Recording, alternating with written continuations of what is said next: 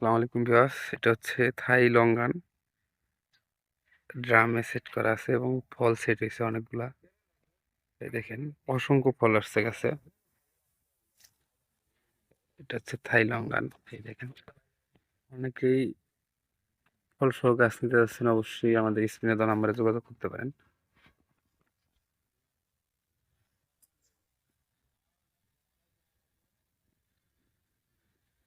এটা ড্রামে সেট করা আছে।